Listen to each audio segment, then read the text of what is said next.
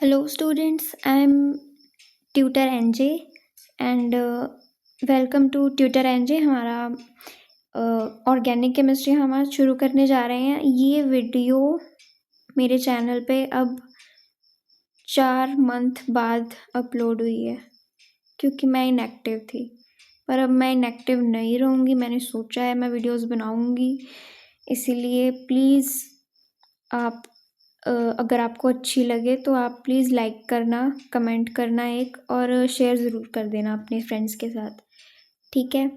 तो इस वीडियो में हम ऑर्गेनिक केमिस्ट्री शुरू करने जा रहे हैं। तो ऑर्गेनिक केमिस्ट्री जो वर्ड है ना, ये कहाँ से होता है? ऑर्गेनिक वर्ड है ना, जो ऑर्गेनिक का मतलब होता है कुछ लिविंग थिंग से निकली हुई चीज़। लिविंग थिंग, जैसे लिविंग थिंग में एनिमल्स आते हैं, प्लांट्स आते हैं, हम ह्यूमन बींग्स आते हैं, है ना। तो अब क्या होगा, जैसे एनिमल से जो चीज़ें, जो बड़े कंपाउंड्स हमें मिलते हैं, उन्हें हम बोलते हैं ऑर्गेनिक कंपाउंड्स, ठीक है। जो भी लिविंग चीज़ों से हमें मिलते हैं। वैसे ऑर्गेनिक केमिस्ट्री की डेफिनेशन बहुत हैं। बहुत से साइंटिस्ट्स ने अपनी अपनी डेफिनेशन दे रखी है ऑर्गेनिक केमिस्ट्री की। इसकी कोई एक डेफिनेशन नहीं है, ठीक है। तो बेसिकली इसका मतलब होता है लिविंग ऑर्गेनिज्म से मिलने वाली चीज़ें, जैसे कि फैट्स, ऑयल्स प्लांट से मिलता है हमें, स्टार्च और यूरिया, बहुत सी चीज़ें होती हैं ऐसी, ठीक है। तो हम यहाँ पे लिखा है the compounds which are produced by nature, मतलब प्लांट्स और एनिमल्स और ह्यूमन बींग्स तीनों नेचर में ही तो आते हैं ना। जो कंपाउंड्स हमें नेचर प्रोवाइड करता है उनको हम बोलते हैं ऑर्गेनिक कंपाउंड्स, और वो जो सिंथेसाइज होती हैं लेबोरेटरी में, मतलब जो साइंटिस्ट और हम जैसे आप जैसे मेरे जैसे लोग जो लेबोरेटरी में कुछ बनाते हैं उनको बोलते हैं इनऑर्गेनिक कंपाउंड्स, ठीक है। ये देखो, ये लिखा है इनऑर्गेनिक कंपाउंड्स। तो इनमें कुछ एक्सेप्शंस भी होती हैं, जैसे कि ऑक्साइड्स जितने भी होते हैं वो एक्सेप्शन होती है, मतलब होने तो वो ऑर्गेनिक केमिस्ट्री के अंडर चाहिए, पर वो ऑर्गेनिक केमिस्ट्री के अंडर नहीं होते, वो आते हैं इनऑर्गेनिक में। इसमें आते हैं एक्सेप्शंस में oxides, carbon monoxide, carbon dioxide, peroxides and cyanides, ठीक है। फिर क्या हुआ, मिडल ऑफ 19th सेंचुरी में क्या हुआ, एक अलग अलग साइंटिस्ट आए, उन्होंने अपनी अपनी डेफिनेशंस दी ऑर्गेनिक केमिस्ट्री के लिए। पर उसमें 1815 में एक वाइटल फोर्स थ्योरी आई थी, जिसमें कहा गया था कि जो लिविंग ऑर्गेनिजम्स है ना, उनके अंदर कुछ ऐसी पावर होती है जिससे जो भी कंपाउंड्स बनते हैं उन कंपाउंड्स को हम बोलते हैं ऑर्गेनिक कंपाउंड्स, ठीक है। मतलब जो नेचुरल चीज़ें हैं, नेचर है जो जिसमें एनिमल्स और प्लांट्स दोनों आते हैं, जैसे कि मैंने बताया, ये दोनों क्या करते हैं, इनमें से एक फोर्स होती है जिसको वाइटल फोर्स कहा गया। मतलब इनमें कोई एनर्जी होती है जिसको वाइटल फोर्स जनरेट करती है, और उस फोर्स के कारण ही हमारे पास क्या बनते हैं, ऑर्गेनिक कंपाउंड्स, ठीक है। तो ऐसे ही एक साइंटिस्ट था, उसने क्या किया, एक्सीडेंटली यूरिया प्रिपेयर कर लिया। कैसे? उसने पोटेशियम साइनऑक्साइड लिया और ले लिया अमोनियम सल्फेट। ये दो चीज़ें ली। जैसे हम जैसे मान लो कोई एक्सपेरिमेंट कर रहे हैं परफॉर्म लेबोरेटरी में, ठीक है, और वो परफॉर्म करते करते हमें आवाज़ पड़ गई है, बाहर से हमें जाना पड़ रहा है, तो हमें वो कंपाउंड जो भी हम रिएक्टेंट यूज़ कर रहे थे उसको किसी कागज़ में लपेट के, रैप करके कागज़ में, और उसको उसने ड्रॉअर में रख दिया। जब वो वापस आया ना, तो वो KCNO था ना, जो ये वाला, ये इसके साथ रिएक्ट करके उसने ये बना दिया। और फिर इस कंपाउंड को, जिसको हम अमोनियम साइनऑक्साइड बोलते हैं। इस कंपाउंड को जब उसने हीट किया, रीअरेंजमेंट हुई, तो यहाँ से हमें मिल गया यूरिया। ठीक है। अब ऑर्गेनिक केमिस्ट्री में सबसे ज़्यादा हम स्टडी करते हैं कार्बन एटम के बारे में। अब हम कार्बन एटम को ही क्यों लेते हैं? पूरी ऑर्गेनिक में कार्बन ही कार्बन भरा हुआ है। जैसे पेड़ पौधे झाड़ियाँ होती हैं हर तरफ, वैसे कार्बन ही कार्बन मिलेगा आपको। और क्यों मिलेगा? इसकी कुछ यूनिक नेचर है इसका कार्बन एटम का। उसमें सबसे पहली चीज़ आती है टेट्रावेलेंसी। अब टेट्रावेलेंसी का मतलब होता है 4 इलेक्ट्रॉन्स होते हैं उसके आउटर मोस्ट शेल में। इसका मतलब क्या होगा?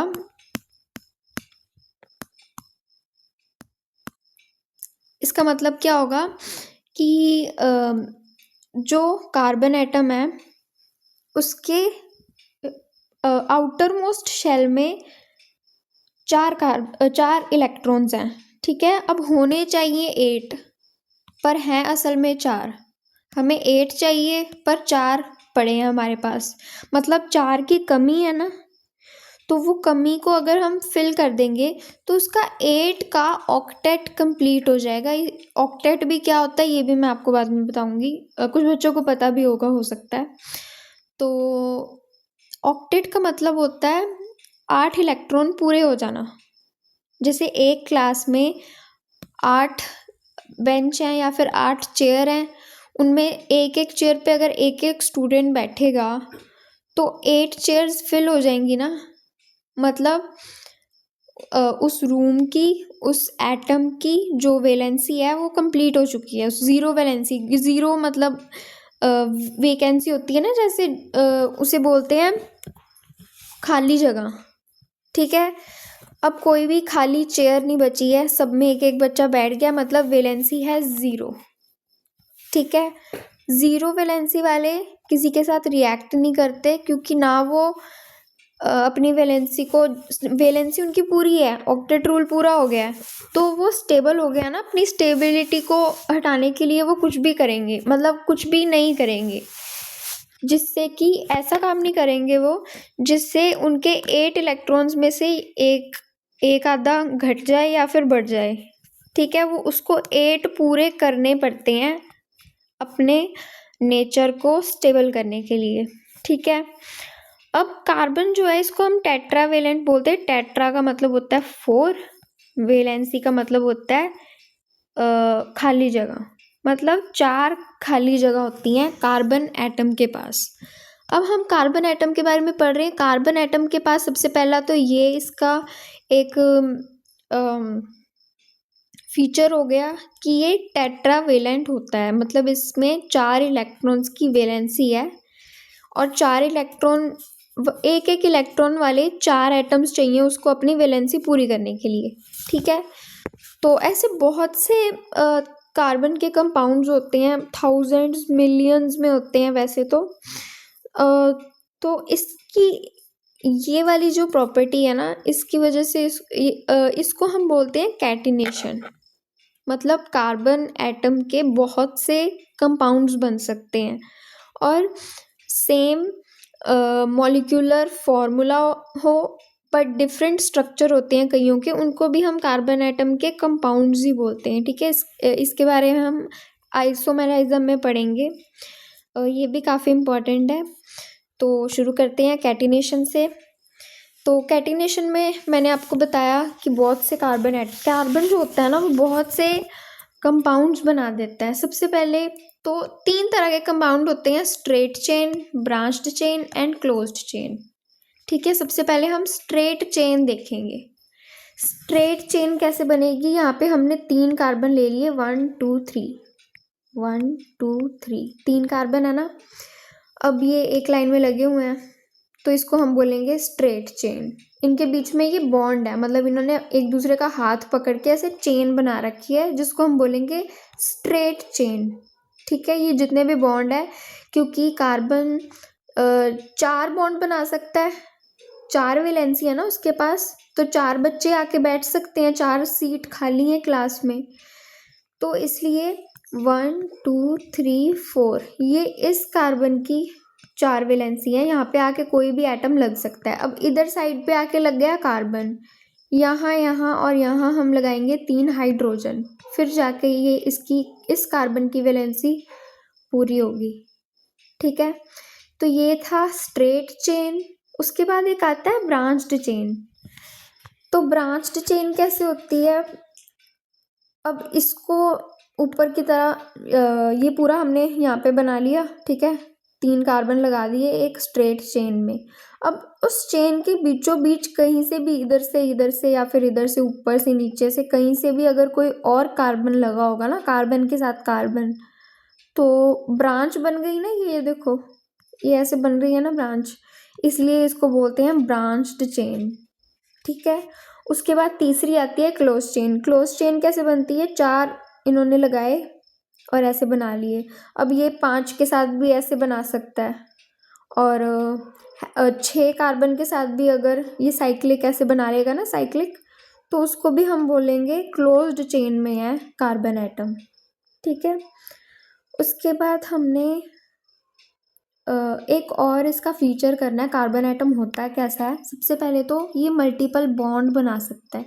मल्टीपल मतलब एक से ज़्यादा। मल्टीपल का मतलब होता है ना एक से ज़्यादा, तो एक से ज़्यादा बॉन्ड बना सकता है। तो यहाँ से सीखो आप, देखो अब ये एक, पहले ये वाले कार्बन को लेके चल ले। ठीक है, ये वाले कार्बन के पास अपने इलेक्ट्रॉन है 4, 1 2 3 4। ठीक है, 4 ही इसके पास हैं वैलेंसी, क्योंकि 8 पूरे करने थे ना। 4 वैलेंसी है, 4 उसके अपने हैं। 4 चेयर हैं ये ब्लू कलर की, मान लो ये चेयर तो फिल हो गई, बच्चे बैठ गए। अब 4 और चेयर हैं जो खाली पड़ी हैं, वहाँ पे हमने बच्चों को बुलाना है। तो पहले तो हम ये वाले कार्बन के 2 बच्चे ले लेंगे। ठीक है, ये यहाँ पे हमने 2 बच्चे चेयर्स पे बिठा दिए, 2 चेयर्स पे, और बाकी के 2 चेयर्स पे लगा दिए हमने 2 हाइड्रोजन। हाइड्रोजन से एक एक बच्चा ले लिया है, जहाँ क्रॉस बना हुआ है ना, ये हाइड्रोजन का बच्चा है। ठीक है, यहाँ से एक बच्चा लेके यहाँ पे बिठा दिया, मतलब 1 2 3 4 5 6 7 8 इलेक्ट्रॉन्स इस कार्बन के पूरे हो गए। ठीक है, वैसे ही इस कार्बन के साथ किया, इसके अपने इलेक्ट्रॉन है 1 2 3 4। 2 तो इस कार्बन से ले लिए, शेयर कर लिए इन दोनों ने, 1 2 3 4 5 6 हो गए। 2 और चाहिए तो 2 हाइड्रोजन लगा दिए, ये क्रॉस वाले, इनसे हो गए 7 8। ठीक है, तो ऐसे करके जब हम इसको थोड़ा रीअरेंज करेंगे ना, तो ये इथीन बन जाएगा। इथीन का मतलब होता है 2 कार्बन का मतलब ईथ, ETH, ईथ का मतलब होता है 2 कार्बन, और इन का मतलब होता है डबल बॉन्ड। ठीक है, तो ये इसी चीज़ को अरेंज करके यहाँ पे बता रखा है। यहाँ पे ये बॉन्ड बना देंगे इन इलेक्ट्रॉन्स के बीच में, तो 2 बॉन्ड बन जाएंगे।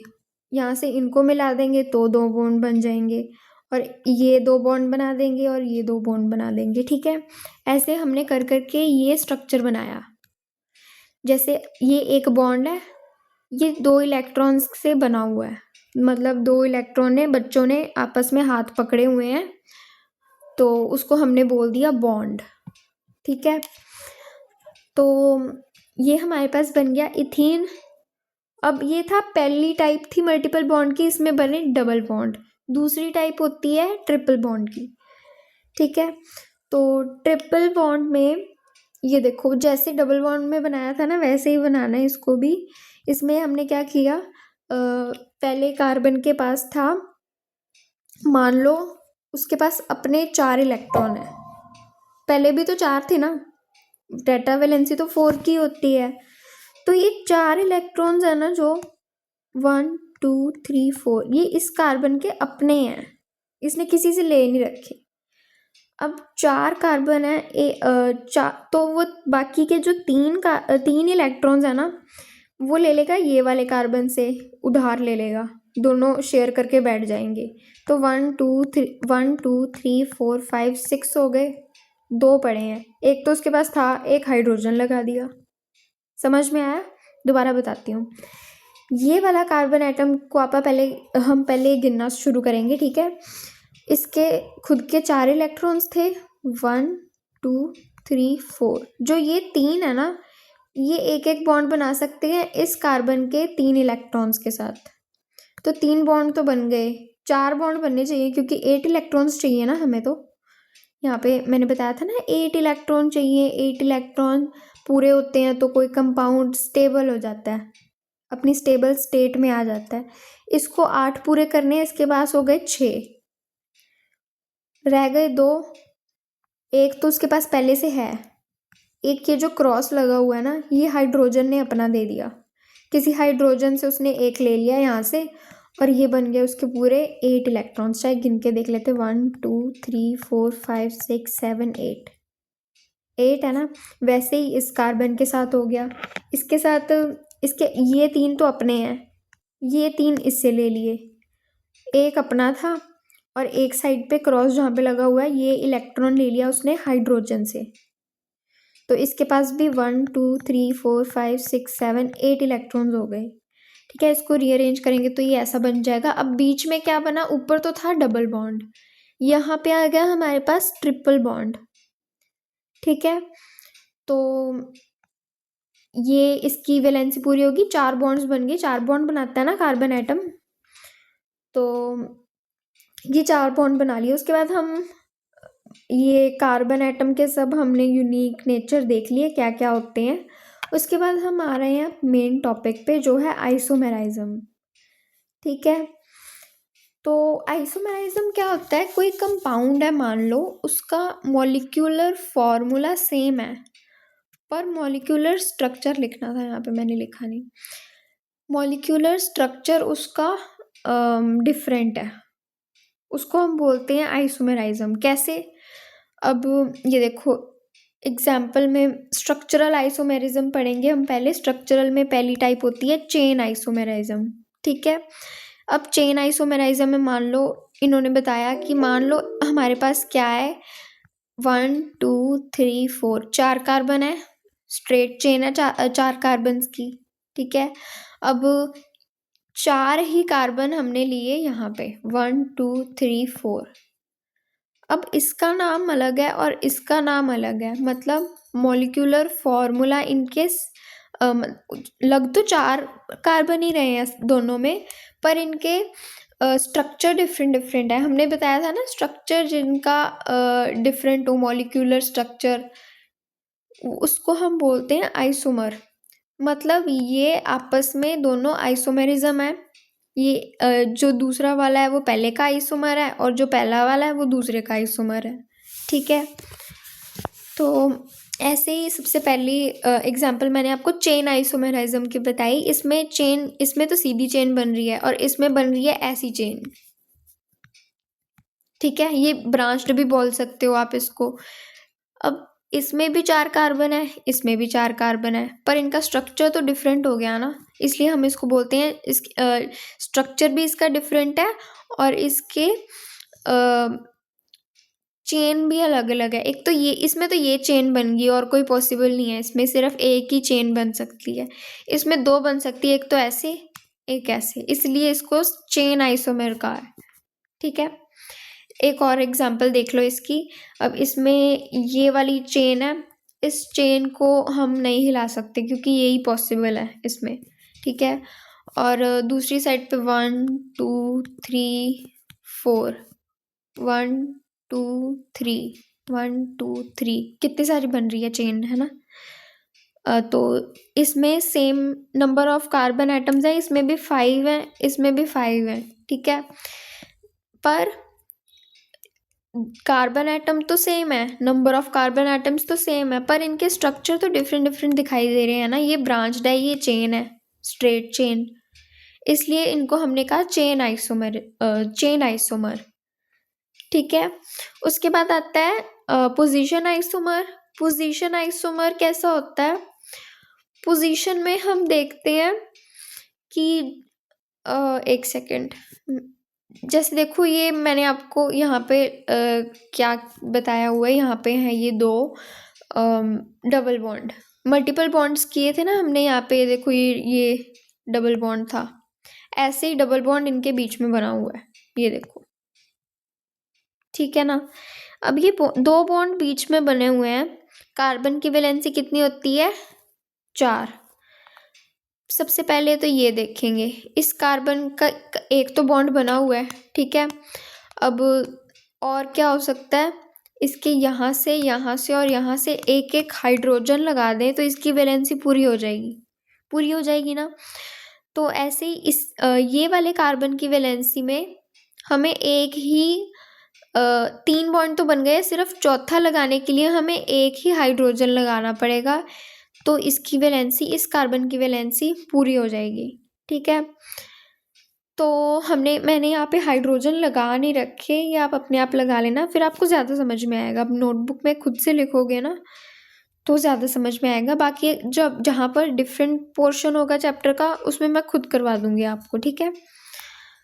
यहाँ पर डबल बॉन्ड की पोजीशन है बिल्कुल बीच में, इसका आइसोमर है ये, इसमें डबल बॉन्ड की पोजीशन है साइड पे, इसमें बीच में थी, इसमें साइड पे है। यहाँ पे डबल बॉन्ड बीच में लगा हुआ है, डबल बॉन्ड यहाँ पे साइड पे लगा है, पर नंबर ऑफ कार्बन एटम तो दोनों में 4 है ना, यहाँ पे भी 4 कार्बन एटम्स हैं, यहाँ पे भी 4 कार्बन एटम्स हैं, तो ये आइसोमर। पर पोजीशन क्यों कहा हमने इनको, क्योंकि डबल बॉन्ड की, मल्टीपल बॉन्ड की पोजीशन यहाँ पर डिफरेंट है, यहाँ पे साइड पे आ रही है, यहाँ पे आ रही है बीच में, इसलिए हमने इनको कहा पोजीशन आइसोमर।